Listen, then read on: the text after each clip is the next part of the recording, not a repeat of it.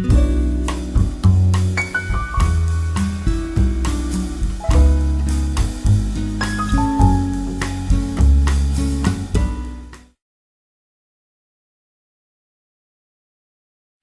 there everybody, it is vinyl tag time again.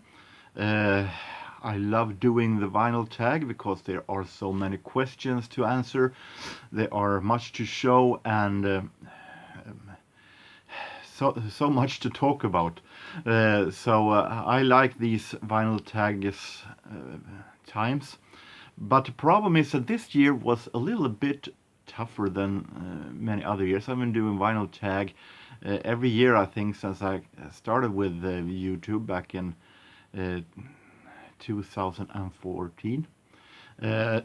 So it was a little bit tougher this year, but hopefully this won't be all that long.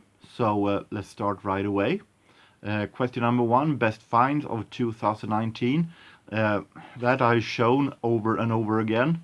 I think it is the third time in less than a month that I'm showing it, but it's a part of the questions. It's still this Erkki Tuusavainen and the Swedish disco version of the sad ballad from Neil Sedaka, "Oh Carol," sung in Swedish with a little British accent, with instrumental breaks here and there that is not necessary, and some stupid robot voices every now and then. I've been looking for it for almost 15 years, and finally I found it. So this is my finding of 2019. Favorite album from 2019, and that is easy. I give that can't give an answer because even though I've discovered a whole lot more songs from 2019 that I actually think is good, I haven't bought any records with music that are new from the 2019, so I can't give that one an answer. And there are some here that will be no answer on. Novelty record. I collect comedy records. 99% of them, though, are in Swedish. But there are one that I think is very interesting that might be able to find even for people outside Sweden, and that is the Danish-born pianist Victor Borge, and An Evening with Victor Borge. Victor Borge plays classical music with a whole lot of humor. He's not definitely not your average everyday classical pianist. He is a guy who knows how to play them, but he plays them with a whole lot of comedy and a whole lot of humor and amazing funny speeches between the songs also. This is a live concert from Amsterdam in 1980.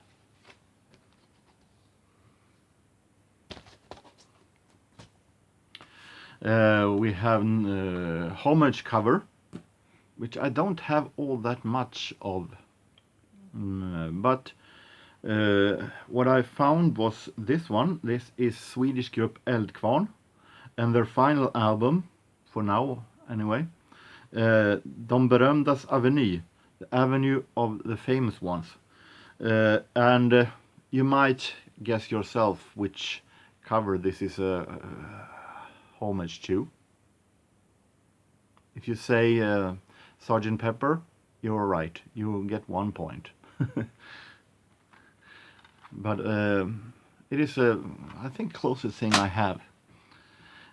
Deep cut or B-side. I chosen deep cuts because there are a lot of album tracks that don't get the recognition that they deserve. I chose from one of the best albums ever, Scritti Politis, Cupid and Psyche, 85, a masterpiece in 80s pop, produced by R.F. Mardin, who also produced Chaka Khan, among others. And the song here is on the B-side. It's called Small Talk. and it's one of the songs that I connect with when I starting becoming a pop nerd back in the summer 1985. Was listening to a Swedish radio show. The first one I played that I recorded on tape in the whole program, and I heard this song and it was so amazing good, and then it has been stuck on me. Even though there also are some fantastic great songs here, but it's a proof that this is a magnificent album, both when it comes to single tracks and album tracks. Something funky. There are two different kind of categories. There was those records that I got multiple ideas of, that I have so much with, or there was those that I don't actually have a lot with. Not something much that was in between. And this was the first one. I collect 70s soul and funk, so this was something hard to choose between. But I chose Brothers Johnson's and Light Up the Night from 1980. Produced by Quincy Jones, of course. And a magnificent funky album, a really swinging, groovy album, one of the most funkiest albums I know.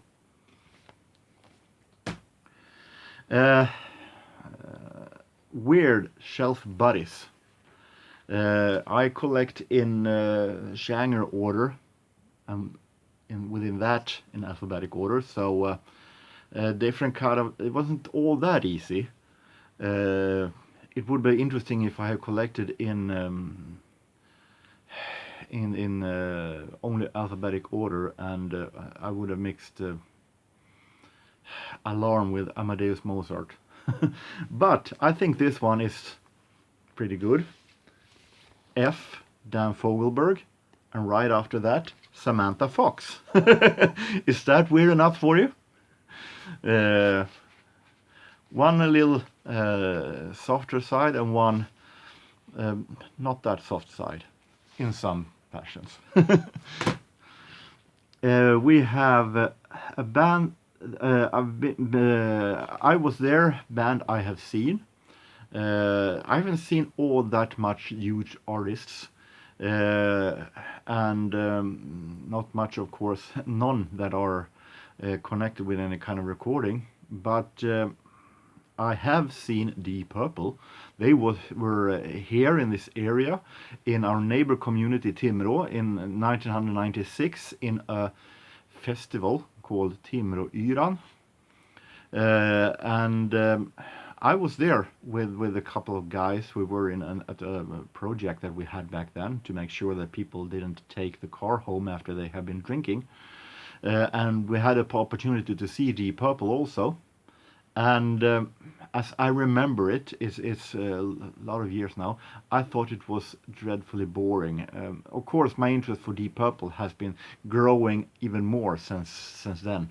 But I still had interest in Deep Purple, and I thought it was pretty boring to listen to a guitar solo that was 6-7 minutes long.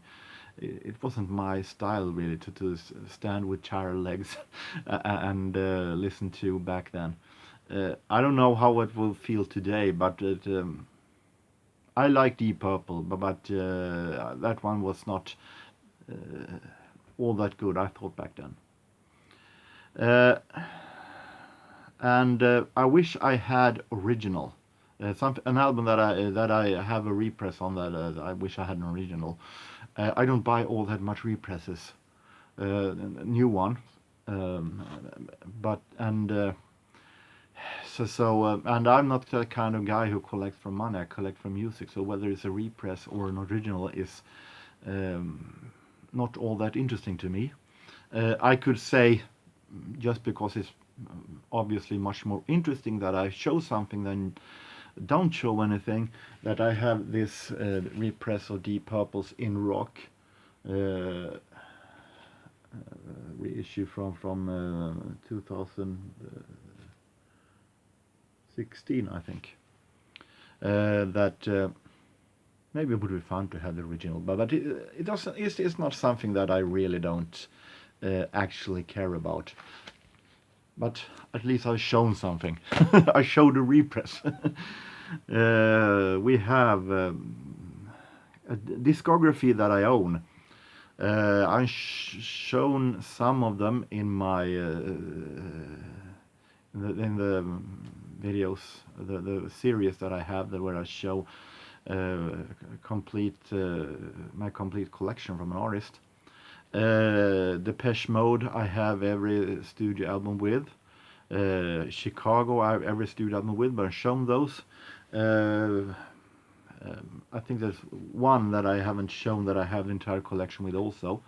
And it is one of my favorite Swedish artists, singer Peter Lemark, and that I also have all the records with. An artist in singer-songwriter style that sings in Swedish, and that is so magnificent when it comes to lyrics, singing, composing, fantastic mood in his songs. And I have every album with him, studio albums, and he has, according to himself, quit doing records. So I guess that for now I will remain complete. This is Närmare gränsen, my favorite Peter Lemark album that came out in 1988. Closer to the border, or closer to the limit. We have a unique central label. That one was tough. Most of what I have boring records label. Nothing that stands out. But I think that I picked this one because I think that this logo is actually real. I've been fascinated by it. I think this one is actually really beautiful label, and it is on the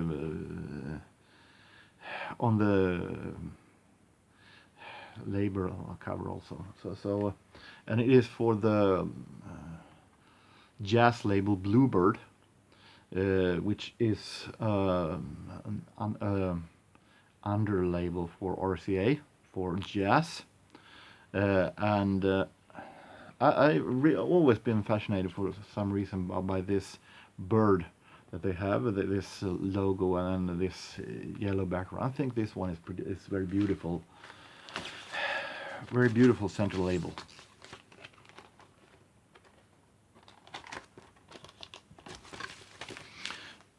And we have pre-band, an artist in a band before that person became famous.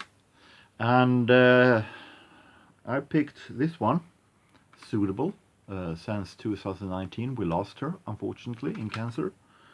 Marie Fredriksson from Roxette, that before that was a solo artist, but even before that she was in this group, Mammas Barn, who can be translated to Mother's Child. It was a Swedish band that she had with her then boyfriend, Martin Stanhuvud. And they were playing some new wave-ish rock style that was really good. There isn't much to find recordings with Mammas Barn, but this is a CD compilation that was released in 1992. A CD and album that was released in 1992 that I managed to get a hold of. A very young Marie Fredriksson here, who doesn't do the lead vocals on many tracks. Because her then boyfriend Stefan Stanhuvud is the one who sings. She was pretty much most an organist back then, or piano player. We have music books or music videos, music movies. I picked out a couple of books that I think is very interesting. I have pretty much books, but many of them are Swedish books. Not easy for many of you to find or read. But this one is in English. This is a book label called Salamander, who have released this one, missing the original cover, but still it is a great one. I got this one in Christmas present by a friend of mine, who is unfortunately no longer among us. It is the Illustrated Encyclopedia of Jazz.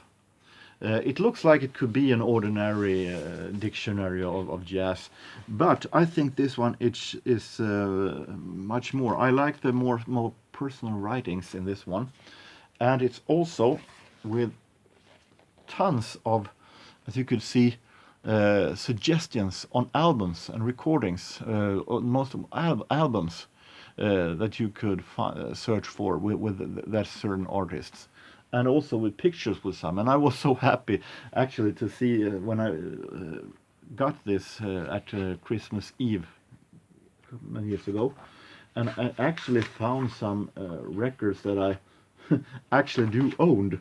It wasn't all that easy to see that.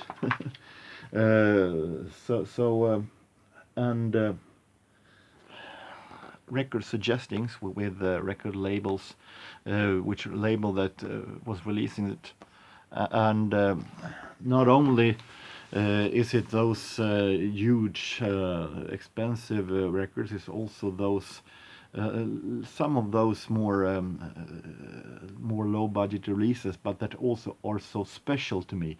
I can't say that much enough, that those small labels are very special, because they releases the creme de la creme, the stuff that hasn't been released before, live recordings and so on. So this one is really special, and I also have a version with soul music called the Illustrated Encyclopedia of Black Music. I haven't read this one yet, that had the time to read it because I had so much to read, but of course it's also filled with pictures and record suggestions. We have underrated album, and I picked this one, an artist that I will return to later on, David Bowie, and Never Let Me Down, an album that by many David Bowie fans and also many critics has been labeled as one of the least favorite albums, one of his weakest albums. I don't agree. I think this is magnificent. I like the song Glass Spider very much, the song Zeros, and I think this one is very amazingly produced and a whole lot better than many actually said it would be. We have an artist that continues to make great albums every time, and I think that many would have been pretty surprised if I didn't say Depeche Mode. I have all their albums. I have yet to find a really bad Depeche Mode album. I haven't found it. Of course, there are some that I think is a little bit weaker, but I think it isn't one that I think is actually really bad. So, and this is the two latest albums, Delta Machine and Spirit. We have same album, different cover. And I don't have all that much of that, because if I have two albums that are the same, as I said, I collect mainly for the music, and then the problem is that for the sake of space in my collection, I only keep one of them. That's who I am. But there are one that I have saved. I don't know, because it's so strange, I guess. This is the band The Adventures, 80s band that made so much fantastic, great album in the 80s. This is an album called Theodore and Friends, and I actually also, years before that, bought this self-title. I was a little bit uncareful. Didn't see that they actually were released at the same time. I thought, what? And I checked, I compared that they actually have the same songs. It is the same album, but this one is in a total other order. The songs are in other order here than here. And there are one song that actually are the difference. So it's not completely the same, but I take that one anyway, because it's 99%, 99.99% the same album. We have also an album bought cheap, but now is worth money. Not easy, as I don't have all that much records that are valuable or something like that. I don't own any Doors or Beatles or Stones or something like that. But I picked this one. It's not was pretty. It wasn't all that. It was pretty valuable when I bought it also. But I bought it pretty cheap. I guess much because of the quality, but still. This is Agneta Fältskog from ABBA, and her second solo album, released back in 1969, volume 2, and it was way before ABBA. And I checked it out. It's worth around $20 nowadays, something like that. And I bought it for $1 or $2, I think. So I picked that one. Favorite drummer. I'm not all that much of a drummer guy. I see drummers mainly as musicians that accompanies the piano or an orchestra or something like that. I'm no fan of huge drum solos. They tend to be a little bit boring if they goes on too long. But I picked Max Roach, one of my favorite jazz drummers. And I think he is really, really good. Definitely one of my absolute favorites. Especially if you listen to this fantastic concert from Cagney Hall with Charlie Parker and Dizzy Gillespie and Bud Powell and Charlie Mingus. Here it's really Max Roach in his eighth, especially if you listen to the song Salt Peanuts. It might be one of the best drum solos I heard in jazz genre in there by Max Roach. Really, really great. Album turning 20. The year 2000 wasn't one of my favorite years. Definitely not. So that one was very, very tricky. There were some Swedish that was really, really good, but when it comes to international music, it wasn't my favorite at all. So I don't have all that much records from the year 2000, but I picked this one because this one is really, really great. As I am a fan, I guess one of the few left that still enjoys big beat music. The 90s music style that in the year 2000 was, I guess, on its way out. But this one was a really, really great album. Fatboy Slim, Halfway Between the Gutter and the Stars, that had the songs Star 69, Sunset Bird of Prey, Weapon of Choice, you know, the video with Christopher Walken flying. And so on. Demons with Macy Gray. And this is a really great album, turning 20 this year. And a trilogy of albums. I wasn't sure how much they were supposed to stick together to have a theme, because I don't have all that much. But I had to Google. Sorry about that. And I realized that I have actually, that I really, really enjoy. That is a kind of a themed trilogy. And that is David Bowie's Berlin trilogy. That he released 3 albums that was partly recorded in West Germany. And was containing more electronic and ambient and experimental stuff. And that was to begin with Low. That was followed by Heroes. That was followed by larger. 3 albums that makes a trilogy in some form. So, and a shout out also, and since I'm a nice guy and doesn't want to leave out anybody, I could give shout out to a couple of guys that I miss that should do that I think should do videos again. But I make it easy and say I give a shout out to everyone who subscribes to my channel and who sees my channel and also who comments my channel and who follows me. I give a shout out to each and every one of you. So that was my Vinyl Tag 2019. I made it under 30 minutes anyway, so hats off to that. So until next time, I hope that every one of you have a really nice time, no matter where you are, no matter where you do. Take care and so long.